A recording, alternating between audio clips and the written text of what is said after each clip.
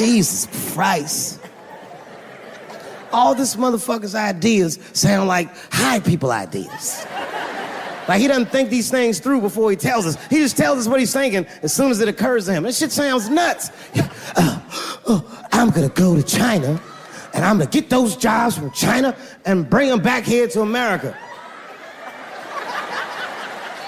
For what, nigga? So iPhones can be $9,000? Leave that job in China where it belongs. None of us want to work that hard. The fuck is he thinking? I want to wear Nikes. I don't want to make them shits. What the fuck are you doing? Stop trying to give us Chinese jobs. I am going to bring back coal. Coal? I'm not even exaggerating. I have never in my life even seen a fucking lump of coal. I honestly don't even know what coal is for. If you're gonna have motherfuckers digging around in the dirt looking for shit, find me some truffles, nigga. That's what I'm about. And these truffle prices are getting out of control. If it gets any worse, I'm gonna be back down to regular butter like everybody else. Terrible, terrible job. This motherfucker hit North Korea with rap battle threats. Fire and fury, like, yo! Yo, what are you doing? It's fucking Korea, man. Kim Jong-un is a scary motherfucker. He might be as crazy as Trump. Some scary shit. And if you one of them naive motherfuckers that thinks that a war with Korea is gonna be easy, then you don't play Call of Duty at 3 a.m. like I do. Because that's when the Koreans play. Fucking 8-year-old Korean kid took out my whole goddamn platoon last night.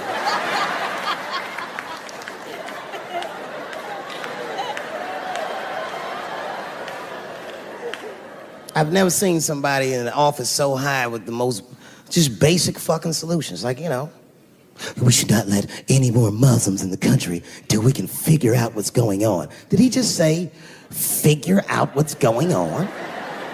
Who doesn't know how to do basic math? Let's count it out, okay? There's been 17 mass shootings in the United States. 4 of them were done by Muslims. None of those 4 Muslims were from any of the 7 countries in your stupid ass original band.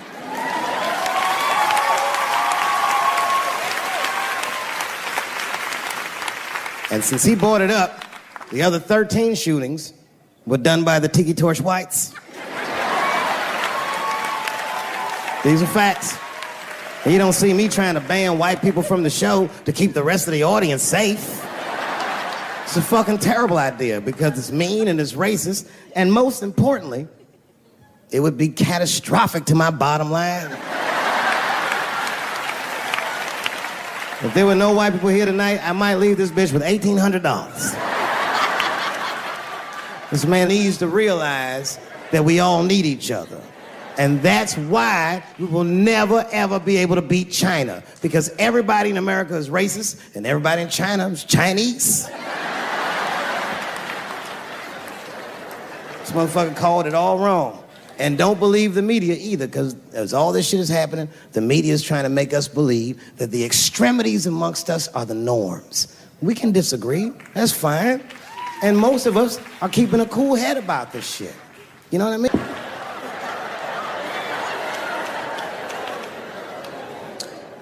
Sometimes I think that the media is hard on Trump. Because I'll see shit that they get on him about that doesn't seem bad to me.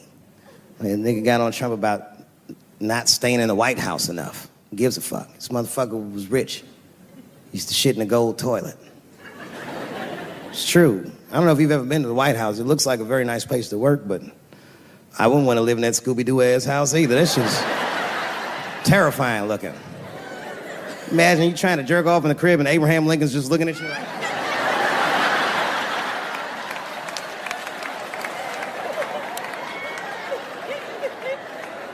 Shit, Bush didn't stay there either. He was rich too. He was like, fuck that, I'm going to my ranch in Texas. Obama was the first motherfucker to move into the White House like, this is a nice place. Look at this rug.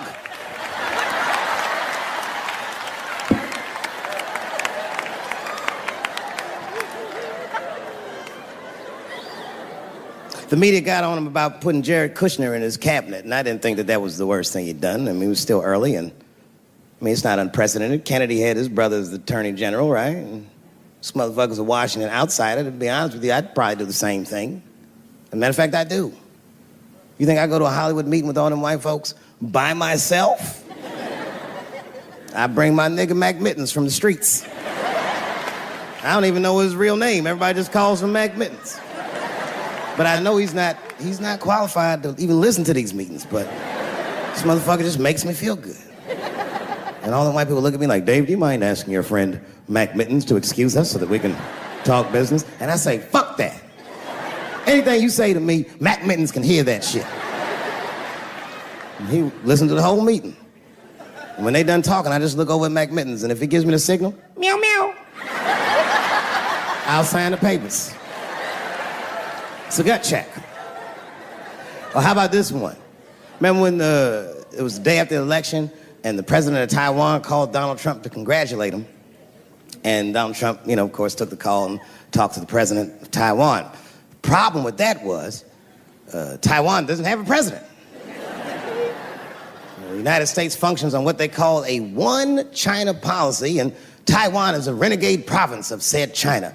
And Donald Trump didn't know that and picked up the phone and started yammering away, and the media ate his ass up. And I'm not gonna lie, I was laughing like shit. I was like, oh shit, this dumb motherfucker is in trouble.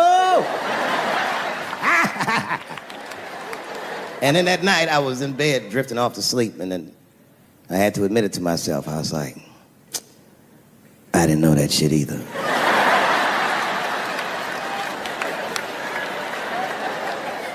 And then I realized the media got the story wrong. The story wasn't that Donald Trump took the call. The biggest story is that nobody told Donald Trump not to take the call. That's terrifying. God damn, nigga, you don't have a Mac Mittens on your team? It wasn't like they were calling the White House. They were calling the switchboard at Trump Towers, and they were getting through. Anybody. Mr. President, there's a Ricky Ticky Tabby on the phone for you? Yes, put him through. Hello, Ricky Ticky. Good to talk to you. Mr. President, there's a John Jacob Jingleheimer Smith on the phone. Oh, his name is my name, too. Put him through. Hello, John Jacob. Let's talk business. How many people in this room are not originally from the United States? My round of applause.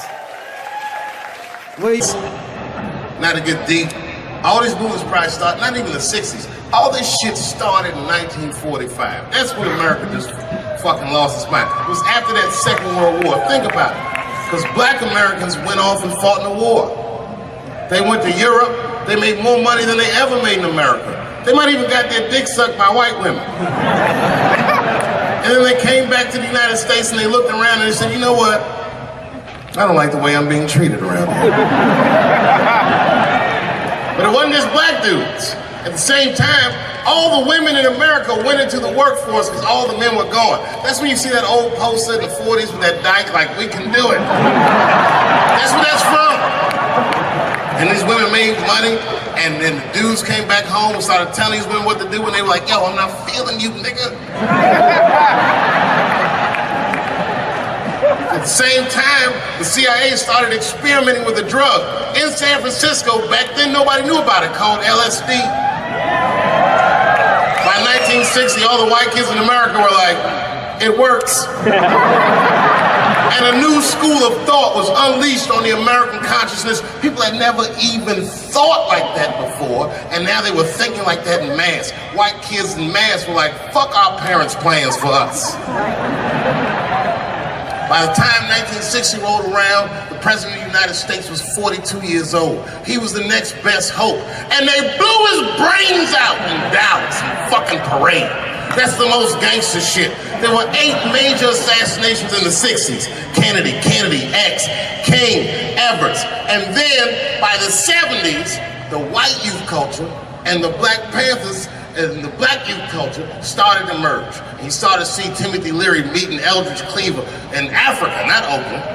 And that was the beginning of the 70s, one of the most turbulent decades this nation has ever seen.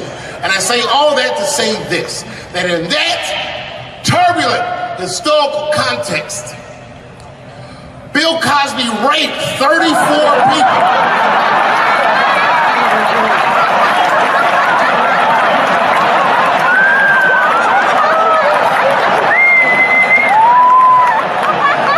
That is a lot of raping. Oh, I didn't want to believe it. Every time I turned on the TV, I saw another old woman describing one of these antique rapes. These rapes are old school. They'd be like, and then Bill Cosby pulled my bloomers down. Bloomers? I saw him peering through me through a large cloud of vagina hair. Vagina hair? I've seen that in years.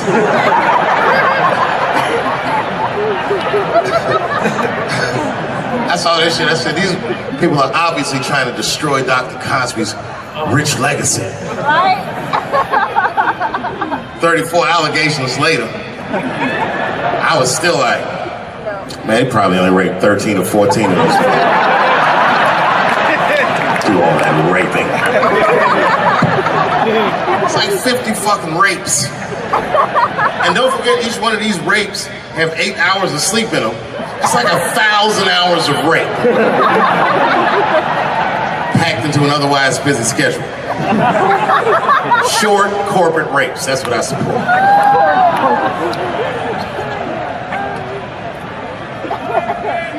Why would they sleep? That's what I don't understand.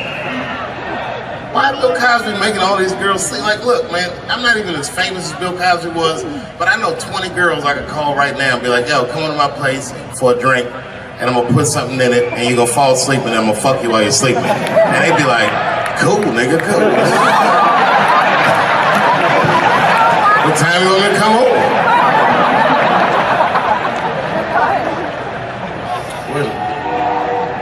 Is that a train here, that train? Trains do something to black people. Didn't you feel like running for that train?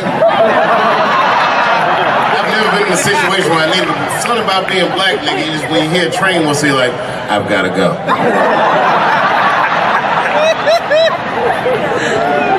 Just want to run away.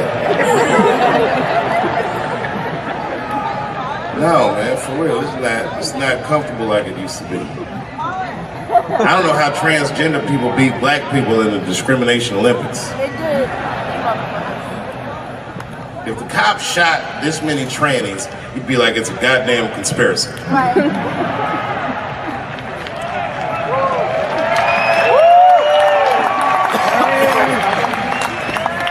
Niggas gonna start wearing high heels just to feel safe.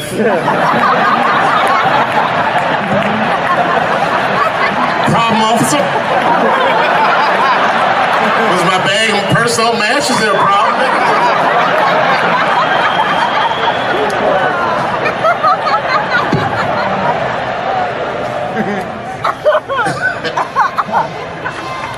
There's too many, man. It's too many. There was one good one in California where the lady got beat up in traffic. You see that shit on YouTube? Yeah. And they beat the shit out of her. You watch the tape and be like, well, what did she do? Turns out she didn't even do anything. But the good news is the city of LA decided that the court should award her $1.5 million for pain and suffering. Which, if you know anything about money, is as much Marcos Maidana made to fight Floyd Mayweather the second time. It's pretty good considering this woman never trained a day in her life. You can see it in the tape. She didn't come to fight. She took too many shots. She covered her gut, punched her face. She just wasn't doing it right.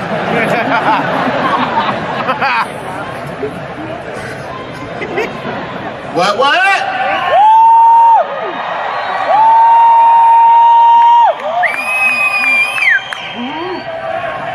You know what's funny about being in San Francisco? First of all, the city's not even gay anymore. Gay people can't afford to live there. They just visit. Gay people got their money tied up in other shenanigans.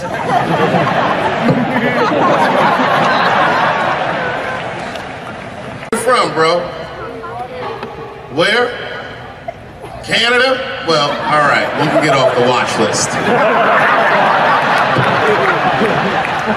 You know, America has a racial hot seat, which belongs to black Americans, but I know you sat in it for a while. I can honestly say Arabs and Mexicans sat in that seat.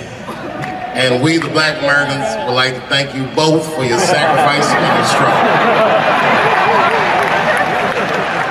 Everybody goes through something, but at least I can leave my backpack someplace. If you leave your backpack, you got 20 minutes to find that shit before they send a robot to blow your luggage up. Don't you remember San Francisco where that motherfucking tiger jumped out of the cage and bit those people up? And San Francisco is so gay, the whole city blamed the tiger. No, they blamed the victims. They didn't even say shit about the tiger. They said these people were teasing that tiger. That's irrelevant. Tiger should not be able to jump out of the cage and kill people at the zoo. They said that that tiger chased one of his victims 400 yards. Listen, you know how fucking fast you have to run to outrun a tiger for 400 yards? Nigga probably woke up in the hospital with an NFL recruiter standing over his bed. You did good, son. You did very good. I know this isn't a good time, but I'm with the Cincinnati Bengals. Complete coincidence. I think we can tie something in and do something really big with you. One of the guys the tiger bit was Mexican, and the other two were Arabs. I said, who trained this tiger? Homeland Security, like everybody? I gave that tiger some beans. You smell those beans? You can smell that. Go get them. Here's some curry.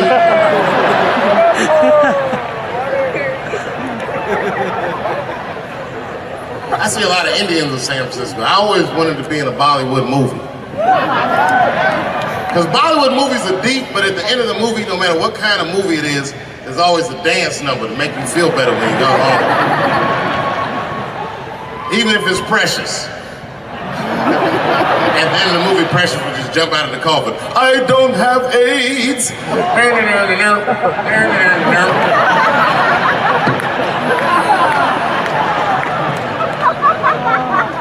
You ever see Precious?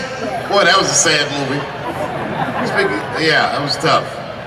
If you haven't seen it, you know all the statistics of living in urban life in America. But if you could picture all those statistics happening to one person for 90 minutes, that was Precious. Life through the book of that fat bitch. And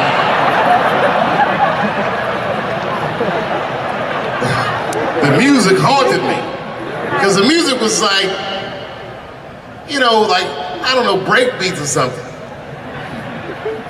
If they had Eddie Vedder do the score for Precious, I'd have killed myself in the movie theater. They had some of that, like, Smashing Pumpkins. Precious was morbidly obese. She couldn't read good. She was a victim of incest, and the baby had Down syndrome. Still the first verse, nigga. You gotta see the movie.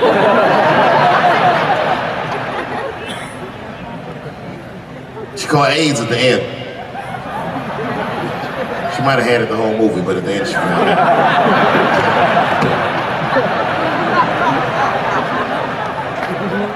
That's one way to lose weight, you know. It's a fucking movie. Precious is a fictitious character. I'm sorry. It's a fucked up movie. It was a fucked up movie.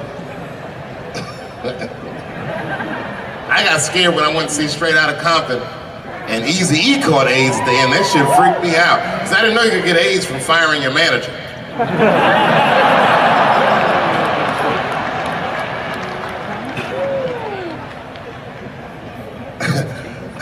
You didn't see Straight Outta Compton?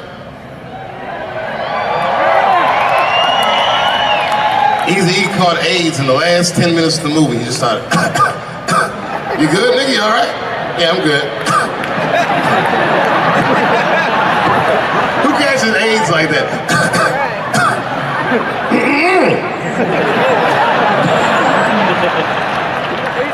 AIDS does not sound like that. It's a racking cough. And AIDS weird that a disease came out of nowhere in the 80s. that doesn't kill anybody but niggas, fags, and junkies? What kind of disease hates everybody that old white people hate? I think the government hid that shit in disco balls. Only fun people get AIDS. You never see that guy? I think I'm gonna stay home and read a book. That nigga never gonna say, I think I'm gonna just go stay home and cook for myself. Yeah.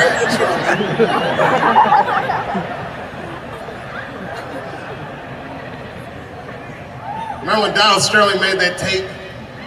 Said all those bad things about black people? That tape was fucked up. But that goes to show everybody, if you get old and white and racist in America, whatever you do, don't tell your black girlfriend about that shit, because that's who made the tape. She taped everything. The tape was embarrassing. He was like, stop bringing these black guys to my games. We were all listening like, well, how you gonna have a game without us?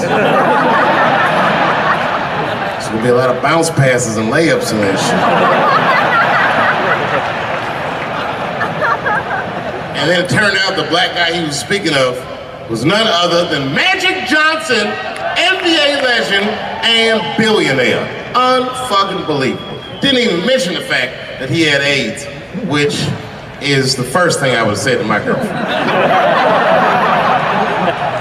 This guy must be very racist if AIDS is the footnote.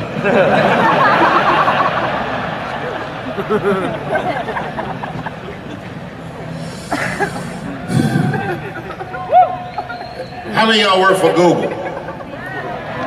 Nobody?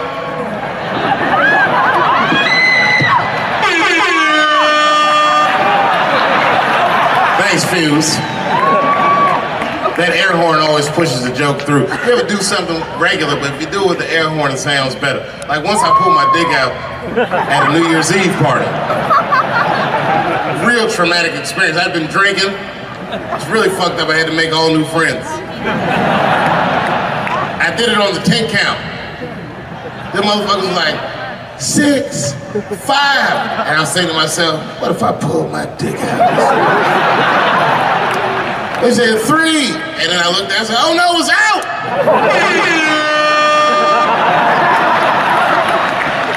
That air horn pushed me over the top. I pulled that shit out of the... I was like, oh!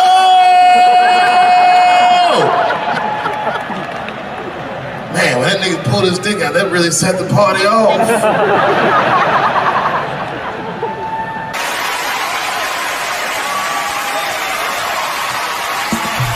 Ladies and gentlemen, Dave Chappelle.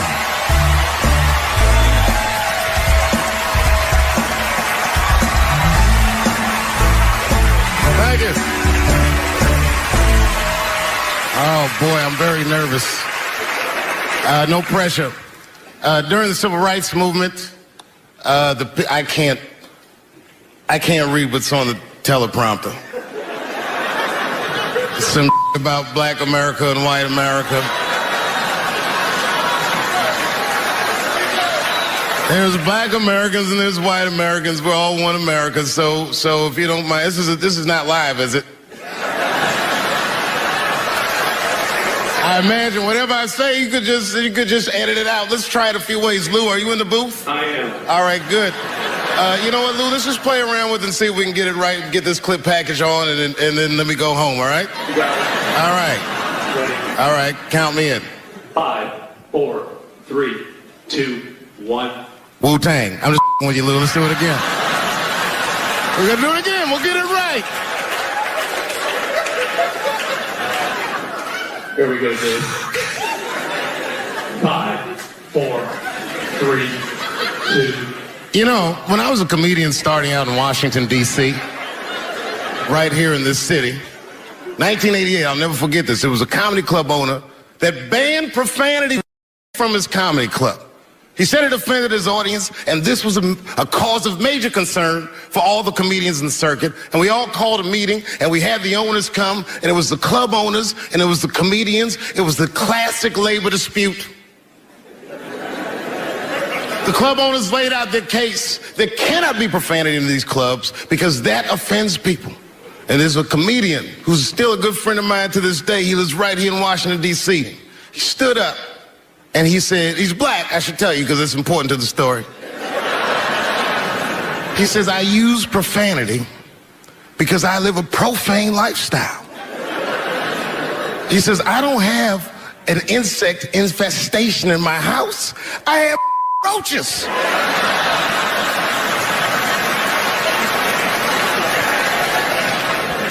My favorite comedians are like musicians, and the audience is their instrument. And the music they make is your laughter. And that's the laughter that I scored my entire life to. So now, some of my favorite American comedic composers. Thank you. When I lose my job, I lose my man. Treats me like a dog. He called me a dog.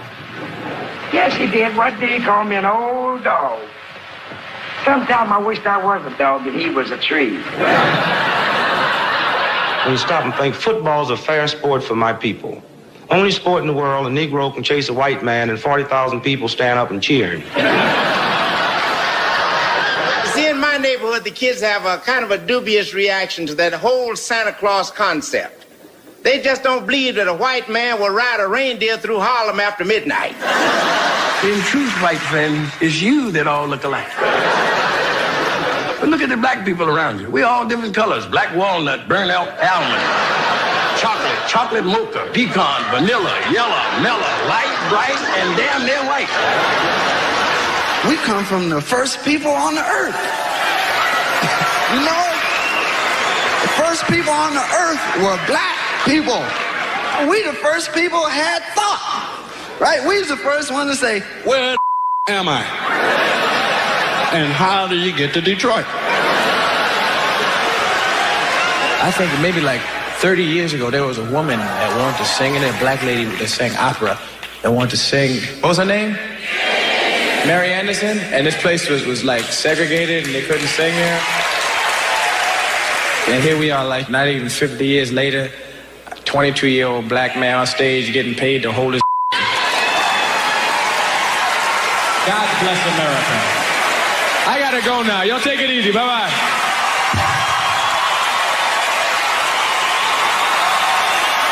Janelle Monáe, Will Smith, Common, Gladys Knight, and John Legend when we continue. Yeah, man. Well, you ladies are right. To be honest with you, your lives look terrifying to me. They do, man. I know nothing about being a woman, but I know fear. Yo, I used to live in New York when I was 17, and I couldn't even pay my bills. You know what I did to make money? I used to do shows for drug dealers that wanted to clean their money up. One time I did a real good set, and these motherfuckers called me in the back room. They gave me $25,000 in cash. It's probably 18, 19 years old. I was scared. I thanked them profusely. I put that money in my backpack. I jumped on the subway and started heading towards Brooklyn at 1 o'clock in the morning. Never been that terrified in my life. Because I never in my life had something that somebody else would want. I thought to myself, Jesus Christ, if motherfuckers knew how much money I had in this backpack, they'd kill me for it. And then I thought, holy shit. What if I had a pussy on me all the time?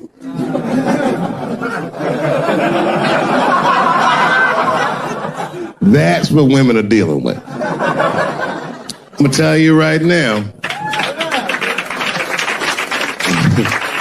It's real talk. If them same drug dealers gave me a pussy and said, put this in your backpack and take it to Brooklyn, I'd be like, nigga, I can't accept this.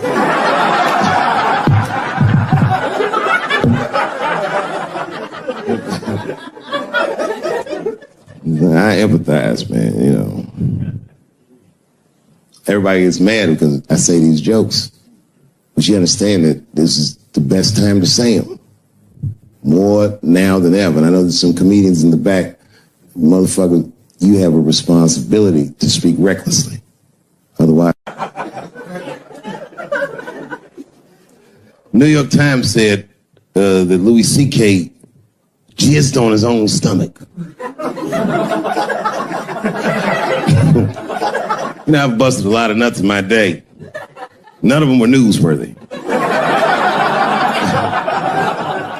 Shit was really gross, because they didn't just say it like I said it. They didn't just say jizz on the stomach. They said it in that fucking Pulitzer Prize winning style that the New York Times has. It was very descriptive, like, you know what I mean? Louis C.K.'s semen shot out like a volcano of misogyny, slowly drizzling down like lava, covering his freckled penis as it slowly dripped to a fiery crown of red hair. Jesus Christ, I'm trying to eat some huevos rancheros and these niggas is...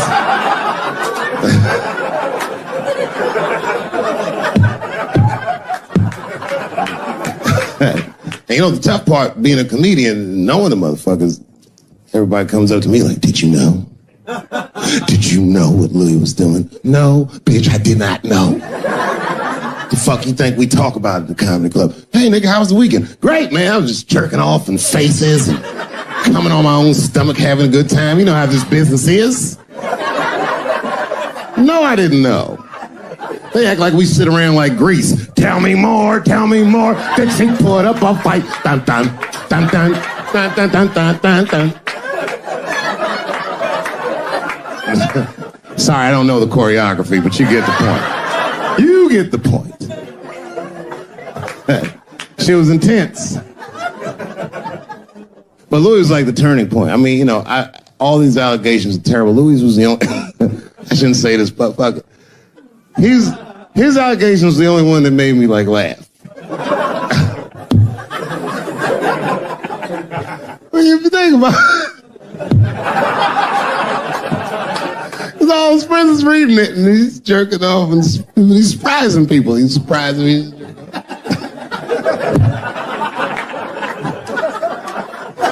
I just picture all the comics in comedy just reading it like, what?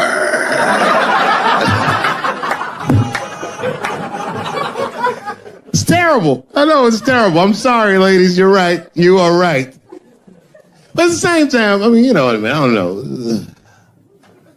Jesus Christ, they took everything from Louis. I was like, I don't know, it might be disproportionate.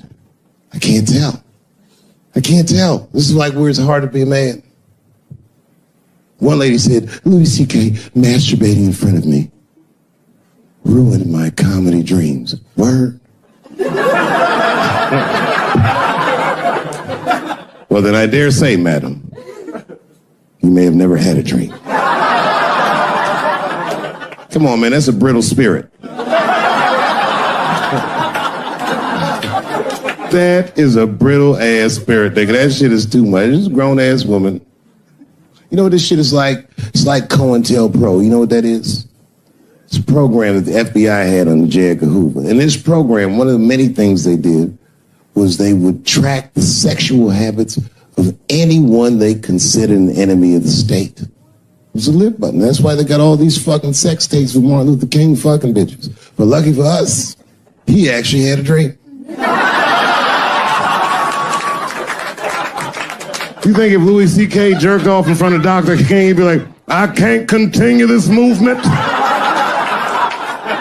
I'm sorry, but the freedom of black people must be stopped. I didn't know this nigga was gonna pull his dick out and jerk off like this. I just thought we were gonna get a couple of drinks and chill.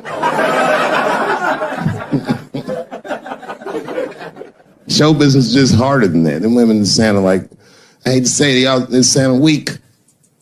I know it sounds fucked up, I'm not supposed to say that, but one of these ladies was like, Louis C.K. was masturbating while I was on the phone with him. Bitch, you don't know how to hang up a phone?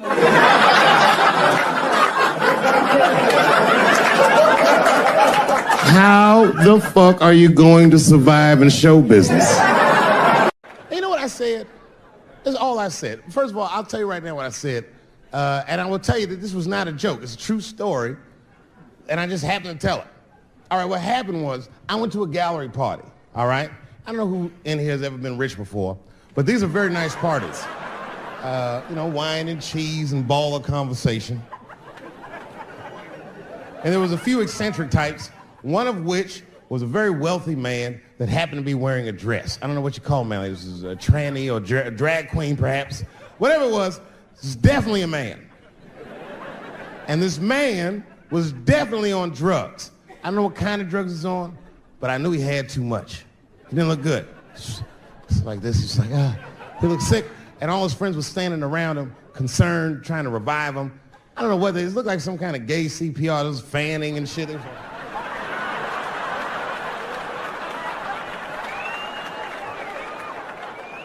I saw all this from a distance. Now, I should have minded my own business, but I got curious. I was like, oh.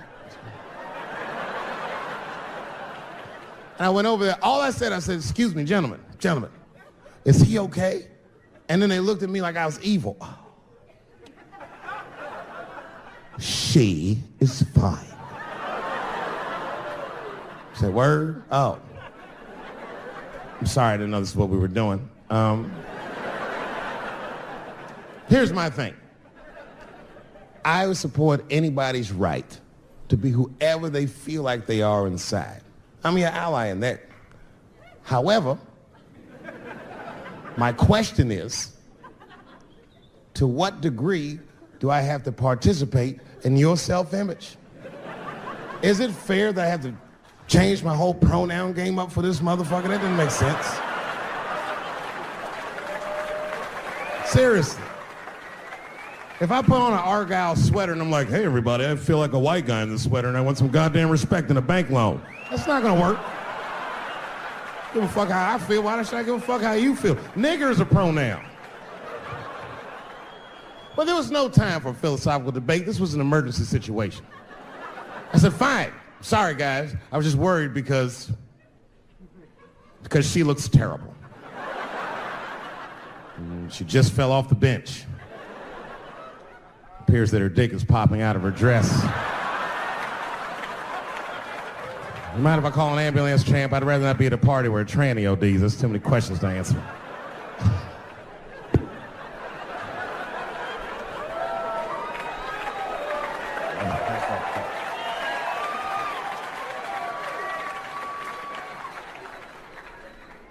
Okay, I've been through this before. I had a friend from high school. Now, in high school, this guy was a thug, right? He was a fucking dope boy. He did it all. He's a wild dude. People used to be very scared of him. And then after high school, word on the street was he'd come out the closet. I personally didn't believe it.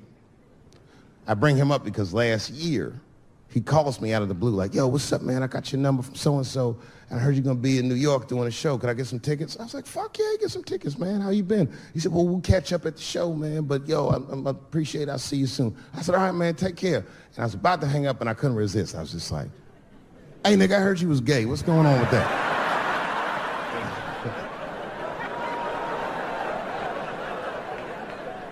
And I wish I didn't ask, because he sounded like he was dying to talk about that shit. And he had a long story about it. And it's not that I didn't care, but I was, I don't like talking on the phone. I was watching TV at the same time. So I just wasn't really paying attention like I should. But I was trying to sound supportive, but I didn't really know what to say. So I was just like mumbling shit throughout this conversation. I was just like, nigga, you gay, man. You just gay. Like,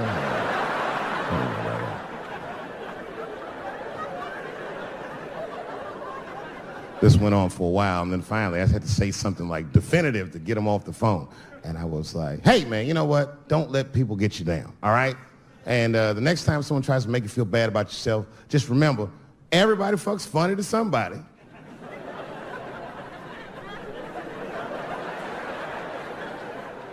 He didn't like that shit.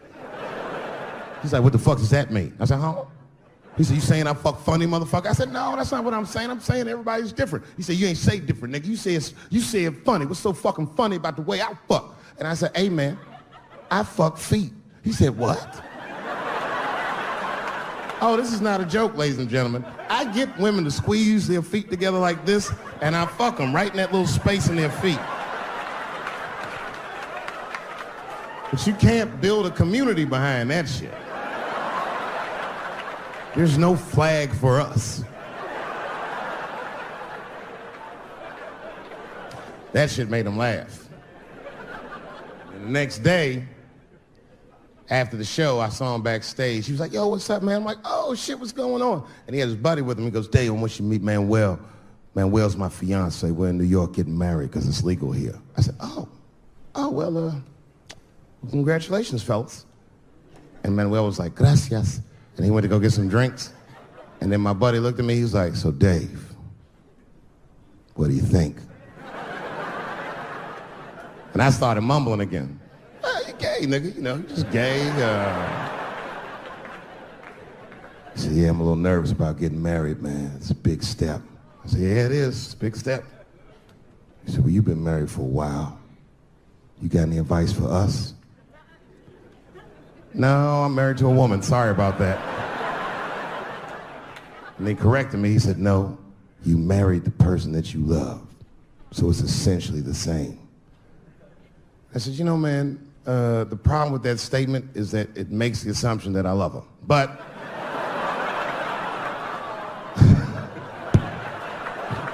you guys lighten the fuck up. Of course I love my wife. She laughs at this shit. As a matter of fact, she eats and spends this shit. You know what I told him? I told him, I said, you know what you should do, man? First of all, you shouldn't do it. I'm talking about being legally married. It's not that you're gay as much as just legal marriage is a fucking diabolical leverage game in the United States. I'm just being honest. Devoid of religious significance or the idea of love, marriage is nothing but an awful contract that you shouldn't sign.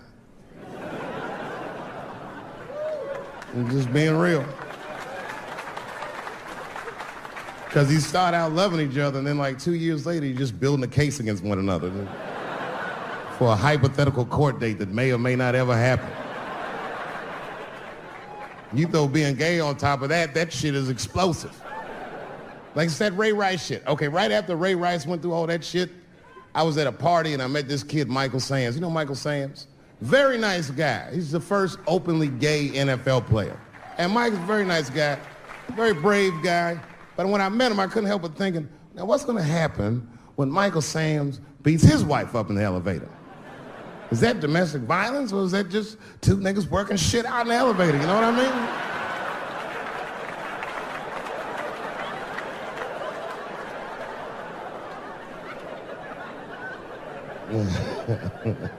Anyway, I give all married men the same advice, gay or straight.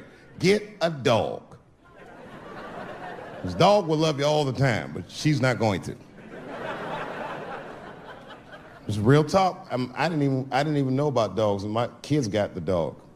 They brought him home from the shelter, and I didn't even want him. They're like, can we keep him? I said, nope. I said, where'd you even get this dog? They're like, we got him from the shelter. I was like, ew.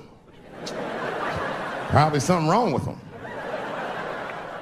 Can't keep him. And then my kids started crying and screaming like the dog had gambling debts. Please, Dad, if you don't let us keep him, they're gonna kill him. I was like, oh. All right, you can keep him. And this dog was a menace. I hated his guts.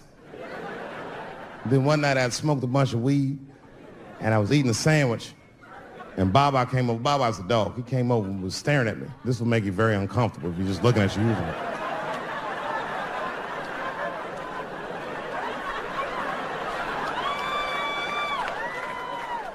I had to give him a piece of my sandwich so he'd go away. And that's how we became friends.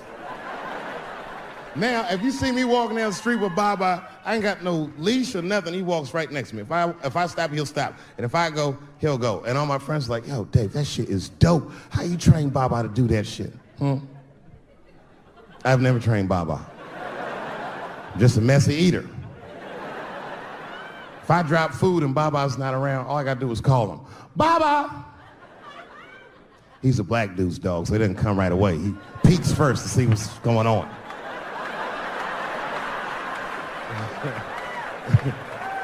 I gotta tap my foot so he can see the food. Over here, little buddy.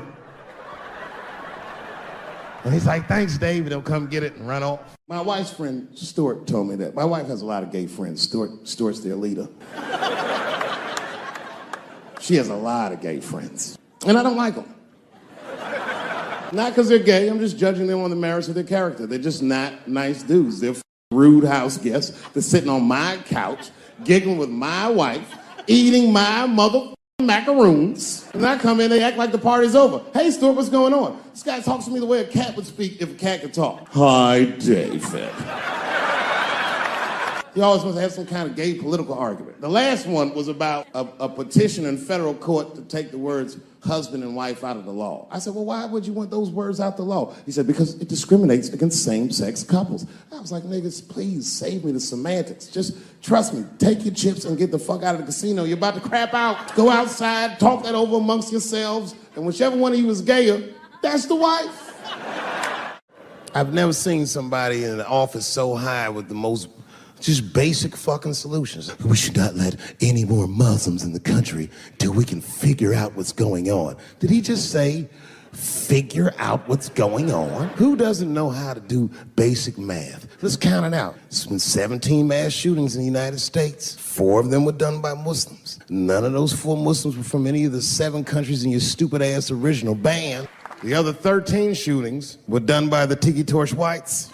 And you don't see me trying to ban white people from the show to keep the rest of the audience safe. It's a fucking terrible idea because it's mean and it's racist. And most importantly, if there were no white people here tonight, I might leave this bitch with $1,800. This man needs to realize that we all need each other. And that's why we will never, ever be able to beat China. Because everybody in America is racist and everybody in China is Chinese. This guy, R. Kelly, got another sex tape out now. This guy makes more sex tapes than he does music. He's like the DJ Khaled of sex tapes. Another one. Like, damn. The new one's so bad that they didn't even show it. 16 times the girl's age was mentioned. Isn't that crazy? This motherfucker is an idiot. He was fucking her like, yeah, this is the best 14-year-old pussy I've ever had in my life. And she was like, you like this 14-year-old pussy? He's like, oh, yeah, I love this 14. I'm like, man, you need to shut the fuck up. You got to give your lawyer something to work with.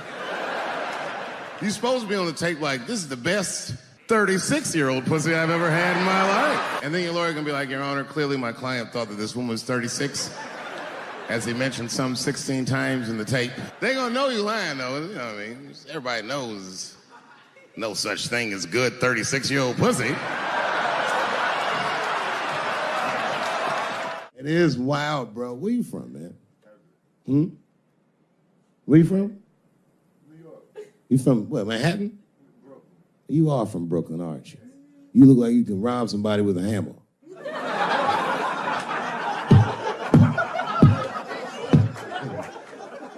Brooklyn niggas rob you with shit they find around the house. I just got stabbed with a toothbrush. This nigga must be from Brooklyn. I'm fucking around.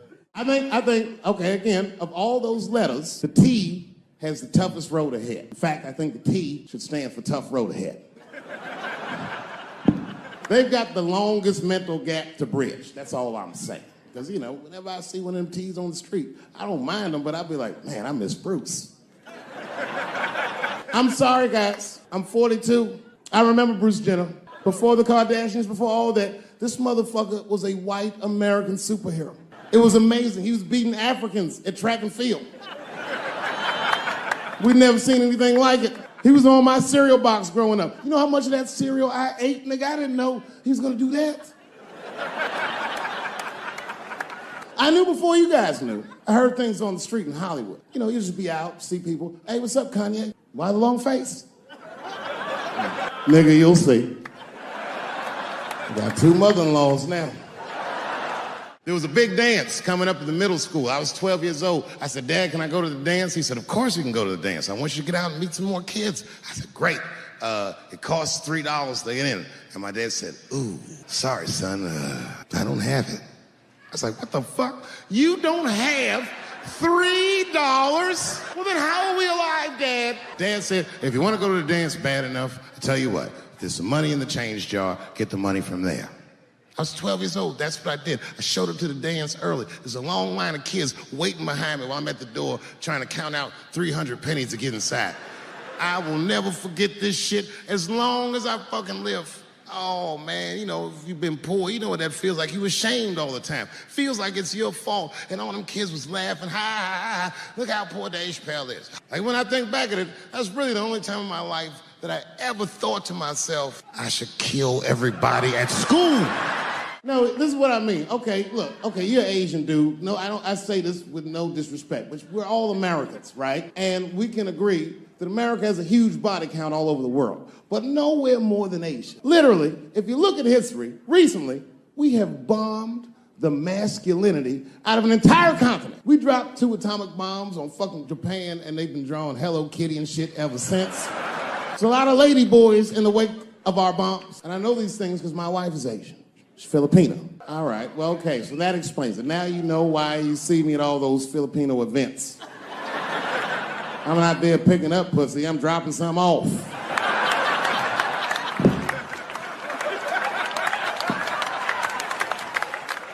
I take my wife to all that shit. I took my wife to see Pacquiao fight Mayweather. We sat ringside, okay?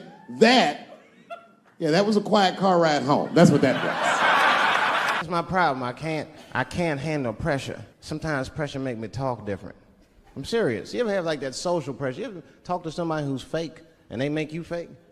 Like, they come to you like, hey, how you doing? You're like, fine, how are you? And you're like, I don't even talk like that. I get sick of that shit. I do. It just makes me sick. Sometimes I'll talk crazy just to make myself feel better. You ever do that? Just start talking like crazy. Like, you ever hear this voice? Man. That's how bad guys used to talk in the 40s. In the old days. See, I talk like that. Not all the time, but if somebody put the pressure on me, fuck it, I gotta cut loose. Like the police pull me over, I'll talk crazy. Son, do you know why we pulled you over? Nah, because I'm black, see? That's right. Nah. It's not illegal to talk like that. How do they know I don't talk like that every day? Stop talking like that. Stop talking like white copper. Nah.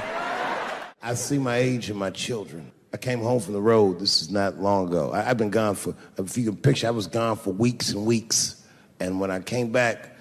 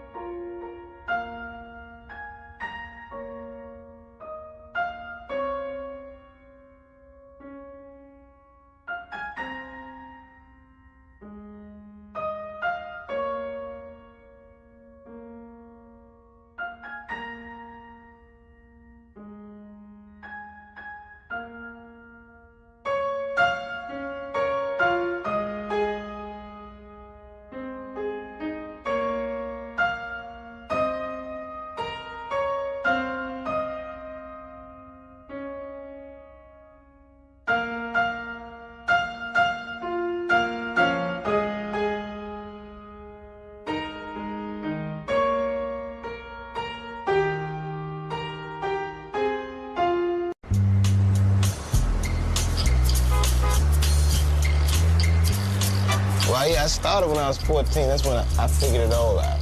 Wow. You're 10 whole years ahead of me. Yeah, but I have a short attention span. I'm thinking about quitting. I want to do something else. You know what my first job in the workforce was? I had to put on a cookie costume and hand out flyers on Capitol Hill for a restaurant called the Cookie Bag. The Cookie Bag? In the middle of August. And what kind of cookie were you dressed as? Huh? Was it a chocolate It's chip? the poor, hot, angry-ass chocolate chip cookie.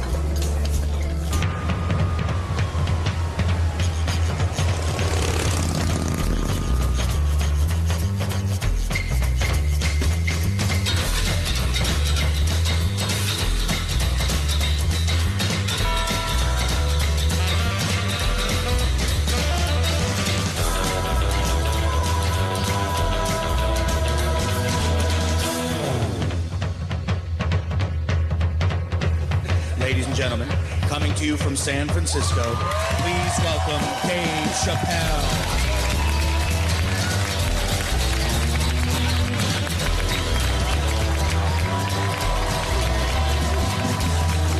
Thank you. Thank you all. Thank you. What's up, San Francisco? I like your city. It's beautiful. Tolerant place. I didn't see much. I haven't seen my friend call me. He was like, Dave, having fun in Frisco? Hell yeah. Seen the sights? No. You want to go see Alcatraz? What kind of nigga in his right mind wants to visit a prison for recreation? I got friends in jail I don't visit. I don't deal with jails. Don't deal with jails, and I don't deal with police. My house got robbed in New York. I didn't even call the police. I wanted to, but I couldn't. My crib is too nice. It's not that it's too nice, but it's too nice for me. You know how the police are in New York. Soon as I open the door, they'll be like, oh, he's still here. Open and shut case, Johnson. Apparently, this black guy broke in and hung up pictures of his family everywhere. Never seen anything like it. Don't deal with them, man. I had to bail a friend of mine out of jail one time. You know, that was horrible. I was scared. I had to walk right into the belly of the beast. I tried to look as non-threatening as possible. Hi. I'm here to bail out my buddy. Oh, okay. Well, while you're here, you do fit a description. If you'll walk this way, we can process you. That'd always get us. It's fitting those damn descriptions. Now, I could be bitter and blame all the police, but no.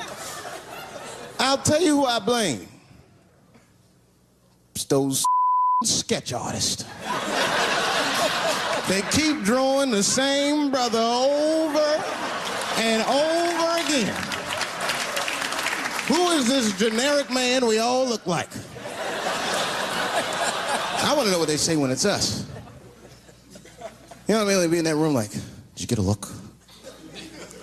Did you see the guy that tried to rob you? Yes. Yes, I did. He's about 6 feet tall, I'd say. 6 feet tall? Yes. He had his hat on backwards, too. Good. That's good stuff. Hat was on backwards. Yes. He was black? Okay, big lips, big nose, hanging out. Say no more, sir. I'll draw him from memory. You know, let me get my stencil. I think we can trace this guy and save some time. They get on the radio and calling all cars, calling all cars. Be on the lookout for a black male between 4'7" and 6'8". Between 120 and 380 pounds. He's wearing Nikes. Get this man! Criminals are insane. I don't even know why people do crime. They want to catch you, they're going to catch you. They can. They got forensics. You ever seen forensics? Those guys find clues nobody else thinks about looking for. I mean it. You leave a pubic hair anywhere near a crime scene, they're going to find that. What? What the hell is this? Back up!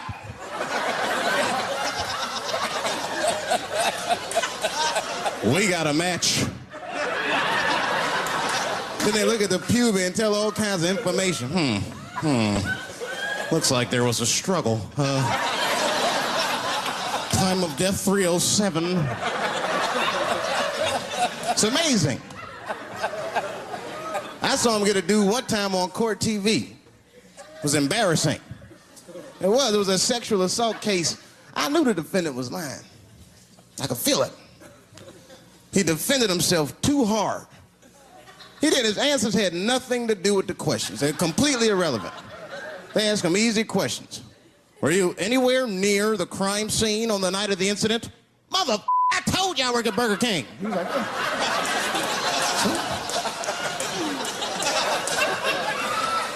that went on for hours. Then the prosecutor got fed up. Said, I've had enough of this. Called the forensics to the stand. Forensics was like, Your Honor, we are prepared to testify that we found the defendant's semen under the stove. I said, God damn. That's worse than fingerprints. You know, they find your semen, you've been there at least a minute. But that's what I want to know. Under the stove? You find semen like that? Or do you look for it? Like, do they walk onto a crime scene like, this place is a mess? Check it for semen. Or do they just like walk in and slip? Oh my God. What the hell was that? Semen! They find it on every crime scene. It's like, what are burglars doing? So we got the stuff, let's get out of here. Wait a minute. I want to leave my calling card. The semen bandit has struck again. I don't understand nothing anymore. I don't. I watched TV the other day. Now tell me, maybe it's just me. Maybe I'm crazy. Is it me? Is it me, or do commercials have nothing to do with the products anymore? You think I don't even know what a commercial is about until the end. Everyone's a surprise nowadays. You seen that commercial where the lady got the black eye? This lady come on TV with a black eye, she's crying. She's like, I smoke crack. And my husband beats me. And then a voice came on and said, got milk? I said, what the? It has nothing to do with milk. I'm not saying I'm a commercial expert, but I'll make a better milk commercial than that. Just make it nice and simple. I just do a close-up of a titty and put milk right underneath. If that doesn't sell milk, nothing will, boy. I'll tell you that right now.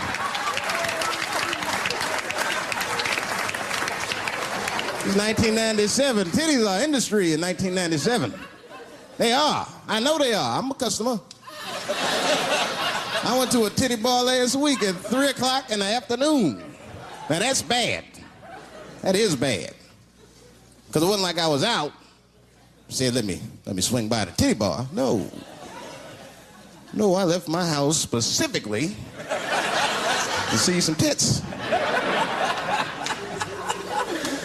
Can't judge me, there's breast in there. It's just what men do. If a guy runs up to you on the street, it's like, hey, hey, don't go in that building. There are naked girls showing their breast. Be like a white dude in a horror movie. I better investigate.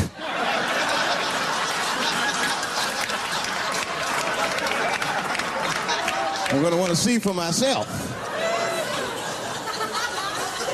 Titty bar's a weird place. I'm not saying it's a good place to hang out. I go there every once and then. But it's a weird place. They got weird morality. One time I walked in titty bars, all these guys coming in, right? Out of all these dudes, the bouncer picked me out the crowd, start yelling at me. Hey, hey, hey, buddy. Sir, sir. you want to take your hat off? Huh? It's disrespectful to the ladies. Yeah, I can shove a 20 up her ass, but I better not have a hat on when I do it. Oh, sorry about that, buddy. Here you go, Bubbles. Forgive me for the hat thing.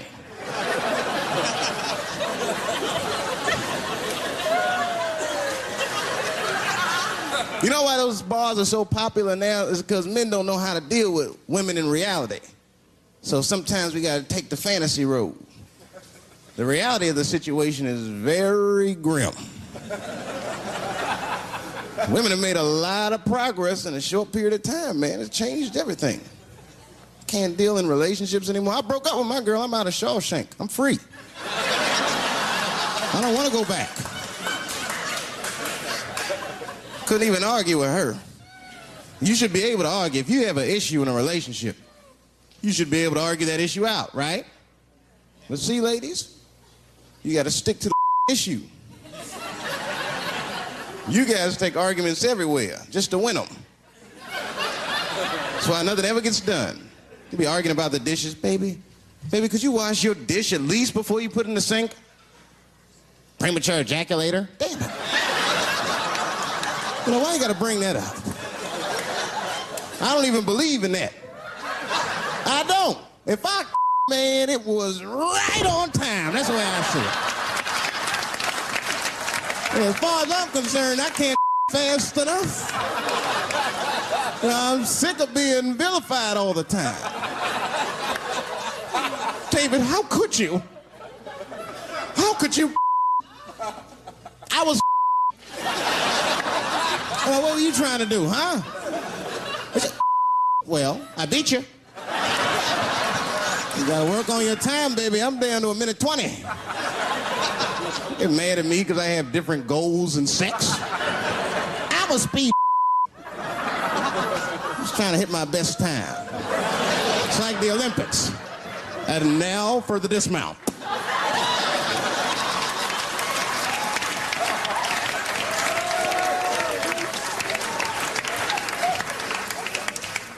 It wasn't all bad. It's never all bad. You won't stay if it's all bad. Well, that's not true, but I wouldn't. Yeah, we had fun. We used to watch porn together. That's how cool she was. You know, it seems nasty, but it was fun. We learned about each other. She learned about me. One time we was watching porn. I'll never forget this time. The first scene in this movie was hardcore. 2 guys, 1 girl going at it. I fast-forwarded right through that. It was too much for my senses.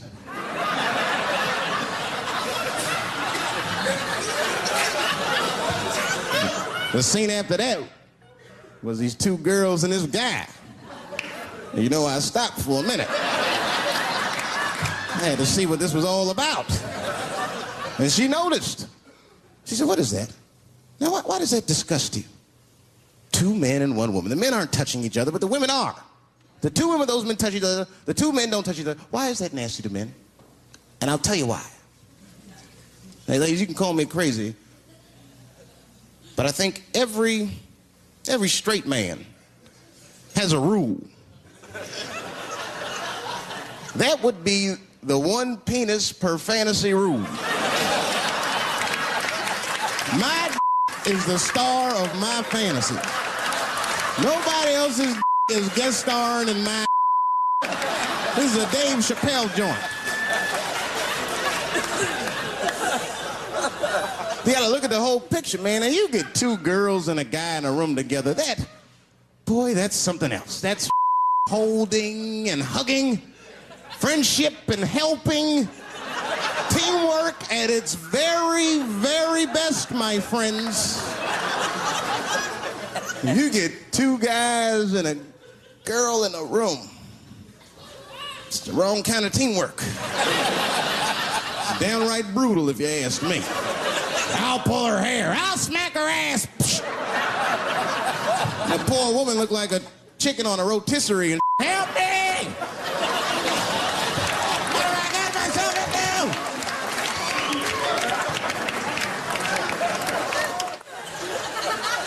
My life. too much there to stress you out.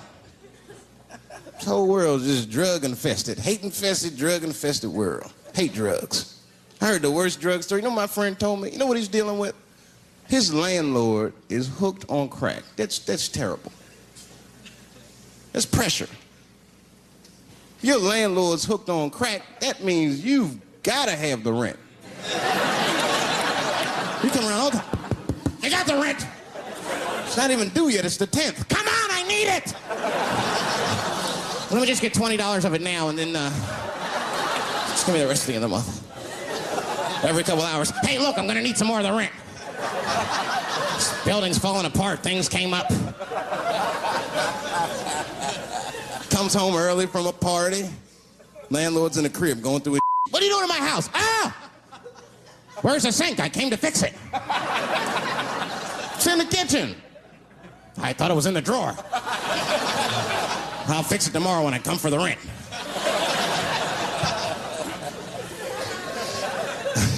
You know what I hate about drugs? I hate when like people my age and older get hooked on crack. I hate that.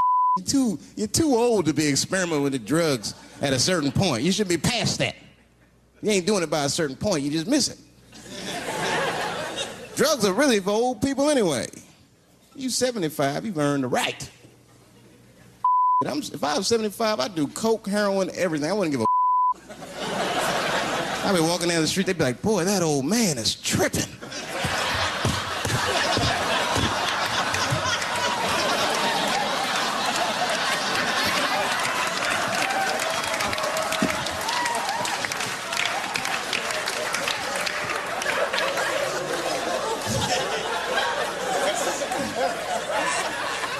Can't do everything. Maybe weed. If you're gonna do something, do a little weed. Smoke weed. Weed's not as bad as everything else. Weed is a background substance. You know what I mean? You can smoke some herb and still function. And you ain't crisp, but you'll function. Nothing higher than weed, though. I made that mistake one time. I was at a party, some guy gave me some. He's like, here, man, take this. It's mushrooms. I took it, I forgot all about it, you know. Then a couple days later, I found that in my pocket. I'm thinking, why not? Because I'm thinking it's like weed, some background. I planned my whole day out like it was weed. I'll chew this up, then I'll go to the barber shop, get my hair cut, and then I'll see a movie.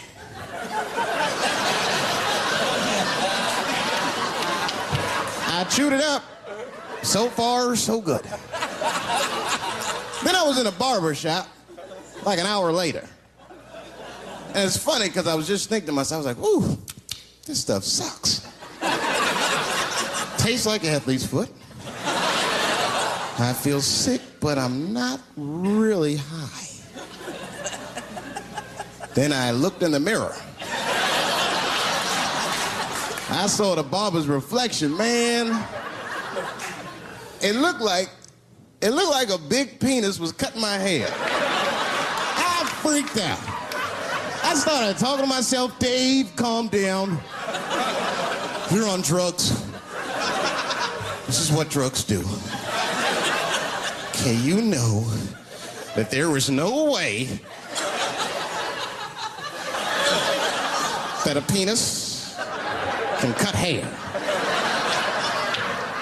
But I started freaking out, man. I just couldn't take it anymore.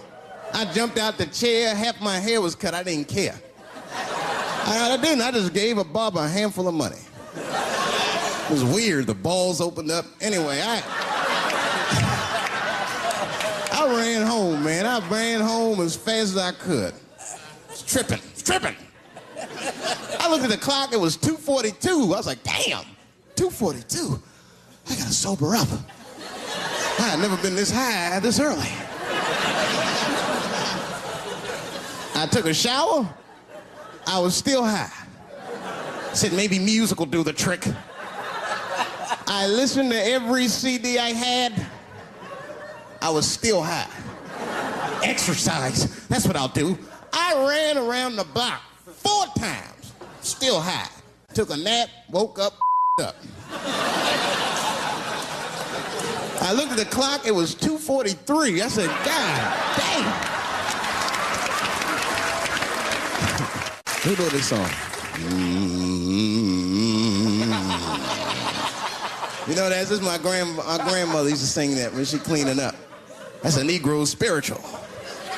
Black work song. Not everybody know about that. I know. See, white people, you guys might whistle when you work. You dig? But that's how you can tell what kind of work we're actually doing.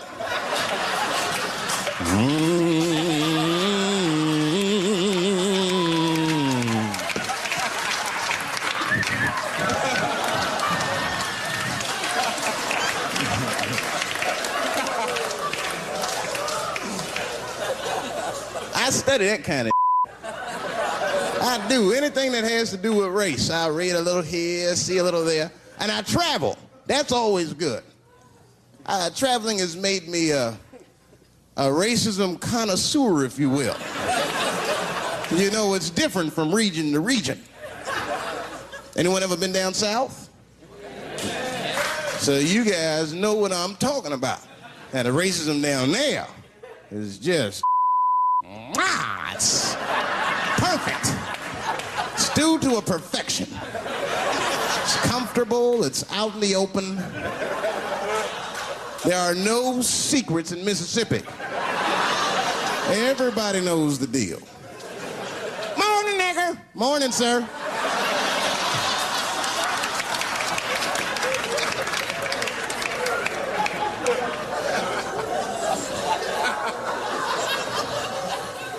Not up here. You hit the big cities, man, it's different. It's always a secret. And we should do like them. We should keep our shit out in the open, then a little. I mean, with limits. You don't want to say whatever comes to your mind. That might be a little much. White dude be walking down the street minding his business, and the brother walk up to him, hello, you white oppressor, you slave master rapist of Africa. Why, hello, my thick-lipped spear-chucking friend. Touche, hunky. So, Whitey, what did you do today, huh? Oppress a new land and make the people there Christians against their will?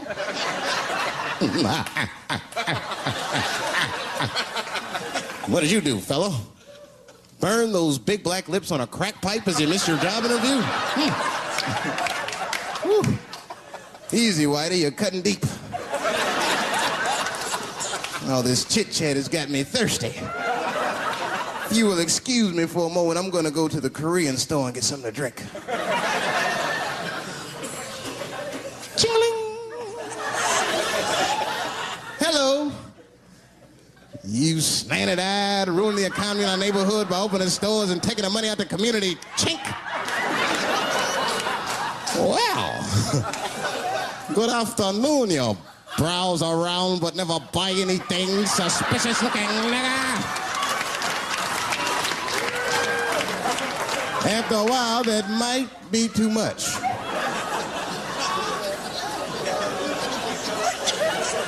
But you can't help it. If you're an American, you're a racist. We brought up from the beginning to think in generalizations. We never look at the individual. We rarely look at the individual. I'm a racist. I know I'm a racist. You know how I know? The other day, I caught myself being racist against myself. There's so much getting on, I got mixed up.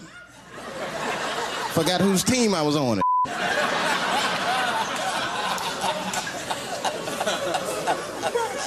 One time I was reading the paper, man, this story came on about this guy was suing a department store because they wouldn't let him play Santa Claus, you know, because he's black. And I was actually like relieved when the department store beat him. That's bad. But I wasn't ready for that. I wasn't ready for the idea of a black Santa Claus, man. That would suck. So we wouldn't get our presents till the 28th, 29th. Sorry, I'm late, kids. Santa got caught up with some in Vegas. I had to sell some toys to get back, shit. Where them cookies at?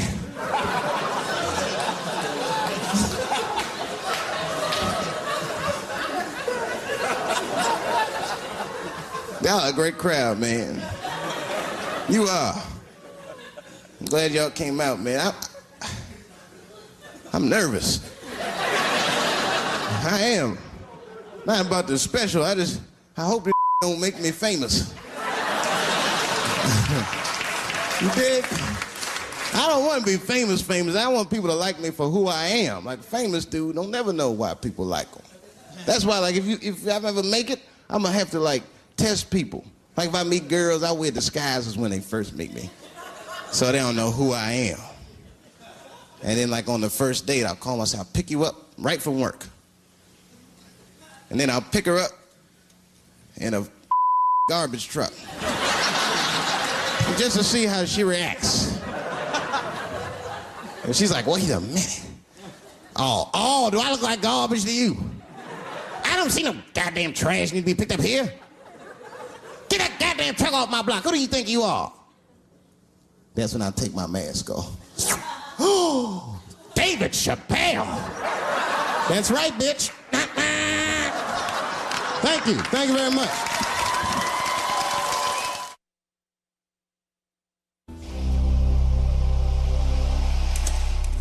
Dave Chappelle. That's right, bitch. Doing what he does best. Your landlord's hooked on crack. That means you've got to have the rent. I got the rent.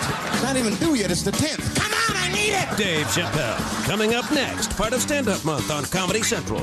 In a stand-up special, John Leguizamo gets in touch with his feminist side. Why herpes? Why not himpies? The network television premiere of John Leguizamo's Sexaholics, A Love Story. Next Sunday at 10, part of Stand-Up Month on Comedy Central. Mm-hmm.